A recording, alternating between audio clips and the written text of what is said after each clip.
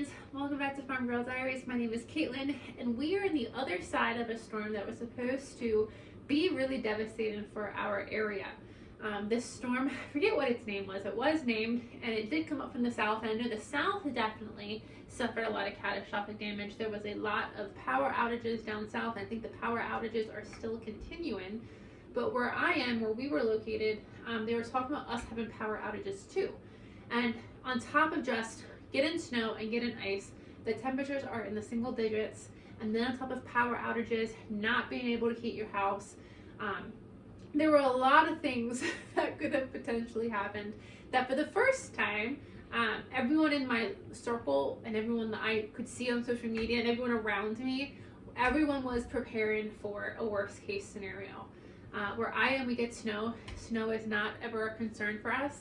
But this was one of the first times, I will say, that normal people who just like, oh, I'm fine, I can ride it out, we're fine, were actually like, okay, what do we do? What do we need to prepare for? So what was fun about this storm, what was fun, is that I had multiple conversations going with multiple people in my life, and I had people say, hey, this is what I'm doing over here, or this is what I'm doing over here, and I was sharing what I was doing. And so I thought that this would be a really good example or a really good idea for a video to kind of show like what I ended up putting together to help me ride out the storm. And this is what I would do for any potential power outage that would occur to me. To me, that especially if you know about it, if you know it could be happening, here are some things that I would like to put into play. So I'm somebody that I like to have a plan. If I have a plan, when something unexpected happens, then I don't like spiral. If I don't have a plan and something unexpected happens, I like will talk myself in circles, I'll walk in circles, like I just think of 80 million things at the same time, and it's harder for me to like dial in on I need to do this and then this and then this. So I'm a huge prepper, so I'm already ready for anything that could happen, minus fire or flood. But especially when it came to potentially being in the middle of winter, having these single digits, having this Arctic air, having potential snow and ice, and then losing electric, I needed to have a plan in place on how I was going to be able to continue to communicate with people around me, make sure, hey, I'm okay, are you okay? But then also entertain myself and thrive. So one of the things about me is I don't want to just survive an uncomfortable situation, I want to thrive. So a prime example of this is I might be in my 30s, younger 30s, looking 29, but that's okay. But I'm scared of the dark. I have been scared of the dark my entire life, and it used to be when I still lived at home and my parents were out of town, the neighbors could tell when my parents were out of town because I had the house lit up like a runway. My parents were there, the house is never lit up. The outside lights aren't on, the barn lights aren't on, but when I was there by myself, I had every single light on in that house. And now that I live by myself, I have lights throughout the whole house that are on timers, that when I walk in the door they come on. Even when my dad comes down and picks up my dog in the middle of the day, he turns my lights on for me because I'm scared of the dark and I don't want to come home to a dark house. I don't like it, hate it, I don't like the dark. So, if there would be a power outage, I still don't like the dark. I'm still not going to sit in a dark room because I don't like that. So I have put so many plans into place to make sure that I'm not going to sit in the dark. Furthermore, if we would lose electricity, obviously I can't watch TV. At nighttime, it's going to be harder to like read or do a game or do a puzzle. So I even put plans in place to like watch TV and watch movies because I want to thrive, not just survive. So I thought I'd share some of the things that I did this time, things I probably have never thought of before, and then how I'm going to kind of modify this and change this as we move forward. So if we stick with my lights, I have so much light in this house. It's unreal. I think I could provide light for like 20 years at this point with the amount of candles and lanterns and all the stuff that I have in my house. So the first things first is I have a ton of real candles. I have taper candles that I've dipped myself. I have a ton of votive candles. I have a ton of like pillar candles. There's like $1.25 pillar candles from the dollar store. I have a ton of them. I have a ton of candles throughout this house, like real candles. But then I also have a lot of fake candles. I have fake tapers like this. I have fake pillars. I have a lot of fake candles. And before the storm, it's hard to see because it's daylight, but they do throw off a lot. It's hard to see because it's daylight, but they throw off a lot of light. during the storm, I did turn my lights on just to see how much light these would provide, and I turned everything else off. And just with like 4 of these tapers, it lit up the room enough that the demons would stay in the corner. They wouldn't come get me in that dark room. But so I got all of the batteries charged up and all of my candles. These are all rechargeable batteries, so I had them all charged up and ready to go. And then I also have a whole bunch of big tapers that also throw off a lot of light. So all of my candles, the fake candles, were charged and ready to go. And then I also had regular candles throughout the house. Not throughout the house, but I had them like ready to put throughout the house if needed. One of the go-to candles that I realized that I would want to use in a situation like this is going to be a votive candle. Because they're smaller, they're not going to fall over. Like a regular candle and a candlestick can wobble, and especially with an animal, it's easy for a regular burning candle to fall over. So while I have a lot of burning candles, or candles that burn, I want to stock up on some more votives because they're smaller and you could put them everywhere, and I think they would light up a room really quickly with not as much effort. So votive candles I think are one thing I'm going to stock up some more on. But then in addition to my candles, I have 3 different oil lanterns. So these are a little bit of a pain. I've been burning these a little bit and they go through the wick very quickly, but these again offer really great light, so I'm not sitting in a dark room. So I had these 3 lanterns ready to go. I have extra wick and I have extra fluid or lamp oil. All of these and everything I got out ahead of time. I got everything charged and I had everything kind of in one place so that if needed, I could easily grab it. So I think that's going to be how I go to store about some of this stuff. Like a lot of this stuff I do use in my normal life, but when we get into like the wicks and my batteries, I'm not using these in my typical life. So I want to find like one common place to put this stuff. So especially if we were to have an unexpected power outage, I'm not going, okay, these are here and these are here and these are here. I kind of want to have everything in one place. So I don't really know how I'm going to go about doing that, but I think it's smart. So in addition to the oil lanterns, I also had a lot of candles, or I guess like battery operated lanterns. So this is my favorite one. I just told my mom I want to go ahead and buy, I got this off of QC. I'm going to go ahead and buy another one of these because I think this is really nice. I carry this outside a lot when I was feeding the bunny outside in the garden, and it throws off a wide arc of light. And then I also have this one. My dad reminded me of this one. This you can like prop up if you want. You can hang it. It's really cool. But both of these you can plug your cell phone into, or you could plug like I don't know what the plug is, but you could plug things into these to charge. I think it's like an HDMI, and it's the smaller port. I don't know what that's called. I don't. Does it have a name? I don't know what that name is. It doesn't say. But the smaller like D port thingy. I don't know. You could plug things into here. So these are really nice to have, and I really like these because they both operate as lights, but again, you can charge your cell phone off of these. So I think when you're buying something, it's really nice to buy something knowing that you have like a backup. Like it operates as a light and you could charge something off of it. So I have these all, and this one is not battery. This one you plug into the outlet and charge, so that's really nice. This one takes about 8, I think it's D batteries. So it takes a lot of batteries, and they're a little expensive, but it lasts for a really long time, and it throws off a really nice arc. So having these lights available was also really nice. And then of course I also have a headlight, and that's really nice. So you just can do stuff without having to like have your hands holding a flashlight. So I have all of these out. These are all in the same place ready to go. And then that takes me into my battery backup. So my plan was, I kept my phone on the phone charger all day long, so I had a full charge most of the day. In case we randomly lose electricity, I had a full phone charge. But I had every single battery that could charge something in this house charged.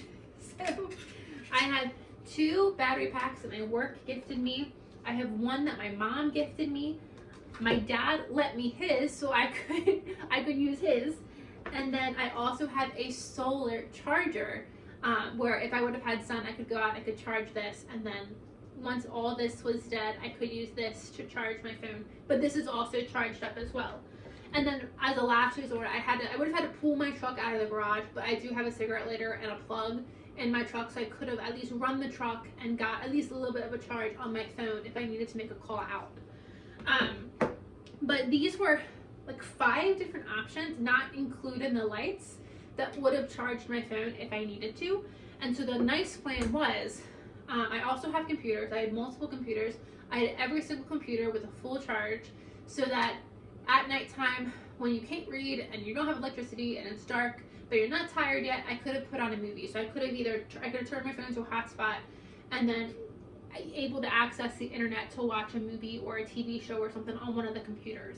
And so once the computer died, I didn't have a way to charge it, but I had multiple computers charged, but I could have recharged the phone with any one of these. Once that happened, if the computers had all died, I could still at least charge the phone and watch TV on the phone.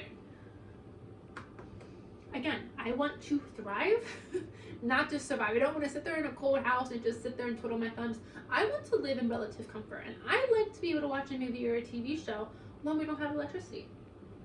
So these are all the normal things that I think, I know I always have these, and it was just nice to kind of get them all ready and get them all together, get them all prepared.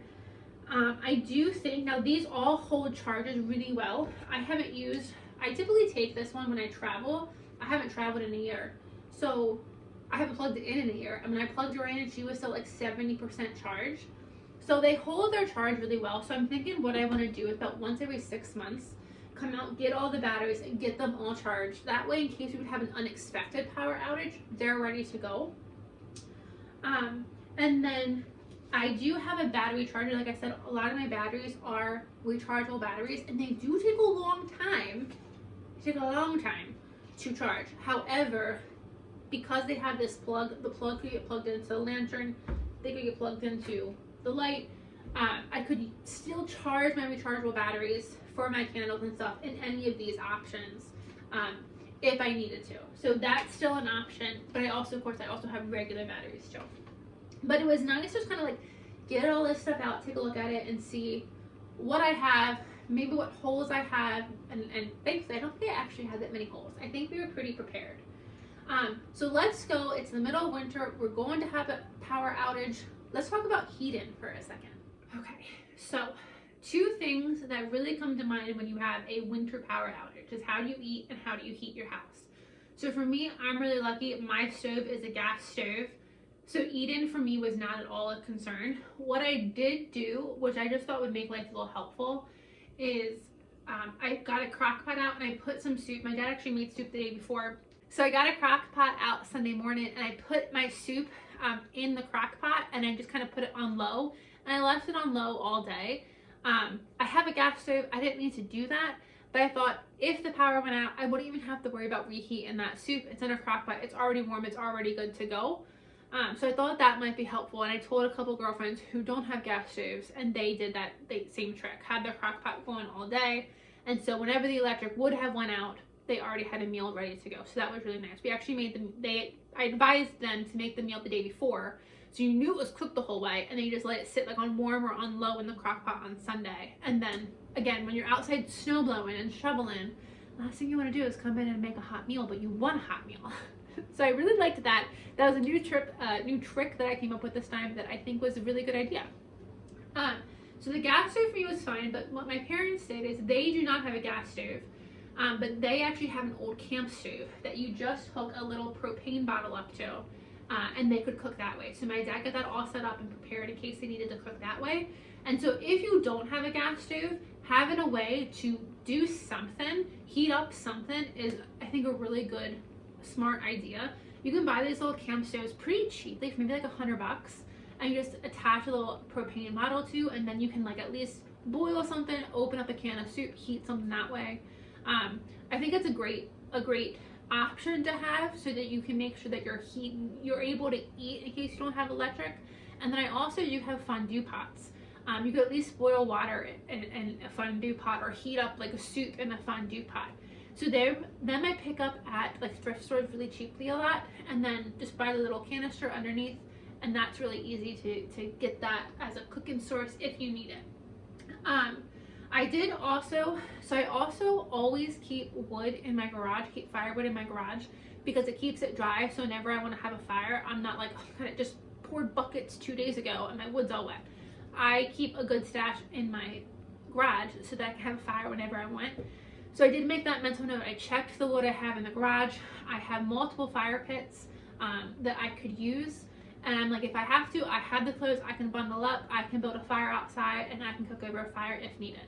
So that was something that, in case I don't have the gas stove or the gas wouldn't work or whatever, I knew I had a way to cook outside if needed. So again, just kind of putting these plans into motion, thinking about them, so that if you need to do any of these things, you're not sitting there panicking. You already kind of know what you need to do. So I did that too, and I thought of that, and I thought that was a good idea. But when it came for the heat, that is one thing that I cannot do. So up until a week from today, I'm not prepared if I lose heat. So my house, my heat is electric, and I'm not prepared. I have a fireplace. There is a gas insert in it. She does work, but I need a new flue, so I can't use her until I get a new flue. And when I do that, if I do that at this point, I want to put a wood stove in. I want a backup heating source that is wood, that doesn't rely on electricity, that doesn't rely on anything else. I want to be able to be the one that it relies on. So my goal is one day to put a wood stove, if I stay in this house long enough, to put a wood stove in that fireplace. But I don't have the money for that right now, so I was trying to figure out, if I lost electricity, how I was going to heat my house. Now, I did come up with a plan. For me, my warmest spot in my house is my bedroom, so I made the plan that I'm taking all the animals up in the bedroom. I have cats that don't get along. I have crates for them ready to go. Each cat would go in a crate. They would have to be alternated out. One can be out in the bedroom while the other one is in the bedroom. Like, I had plans in place so that when we went up to the bedroom, everyone's in the bedroom. Hopefully our combined heat would help warm up that bedroom just a little bit more. But we had blankets. I was going to put blankets over the windows to help keep whatever heat we have in and not let some of that Arctic air in. But that was my plan, and that is still a solid plan. I still think that would have worked. I did know that I had to come, and if the house got so cold, I do have a temperature gauge in this house that I bought off of Amazon. I think my heat, or it's called a thermostat. Finally answered. It's called a thermostat. I do have a thermostat, and I do think my thermostat is just a couple of degrees off, but it is pretty close. But I did buy a little temperature gauge too, just because I'm curious to see what my temperature is in the house. But I did intend to watch that if I lost electricity, so that if the house got to freezing, I would come and turn on every single sink in the house, just so it had a drip to help prevent the pipes from freezing. So I didn't think of that. I had that option planned. However, I still thought I might want a little bit of heat. So against my parents' better wishes, they lent me their buddy heater. So they take this camping, and this is a fire hazard, 1000%. My dad got me all set up, got a big piece of wood for this to sit on because my bedroom is carpet. I got the rules. You open the window, you keep the fire extinguisher right there. We have a fire blanket. Like, I was going to be prepared if I had to use this to protect my life so I didn't die in a fire. But this would have been another way that I could have, in a small space, gotten a little bit of heat. So this was something, this is pretty cheap. I did look this up to buy this myself before my dad's like, I have one that you can borrow. It's not a great option, but in this storm where it was going to be Arctic air and they were saying good chances of power outages, it was at least an option. It was an option that I was going to have to be very diligent to, watching it continuously. Don't fall asleep with it. Don't walk out of the room with it. Like, it's on and you're watching it essentially. But at least it would have given me a little bit of warm air. And I also do have a carbon monoxide detector that I was intended to put up in the bedroom with this, with the window open, just to make sure we're not accidentally killing ourselves with carbon monoxide, because that would have been terrible. I'd rather be cold and alive than warm and dead. So I did have that, but I had like a big asterisk behind that. I think my parents thought I was going to kill myself with it, because I got multiple calls about, you know what to do, right? You know what not to do, right? So that was the heating source that I had. And I will say, the day before the storm, I bought a solar generator. So I have a space heater that I use in my living room all the time. And then I will say, I have a big freezer full of meat. In winter, it's not a problem. But The only time I've honestly ever lost electricity is in the summertime, and it's always a concern for me if we would have a prolonged outage. I have hundreds, if not thousands of dollars worth of meat in my freezer.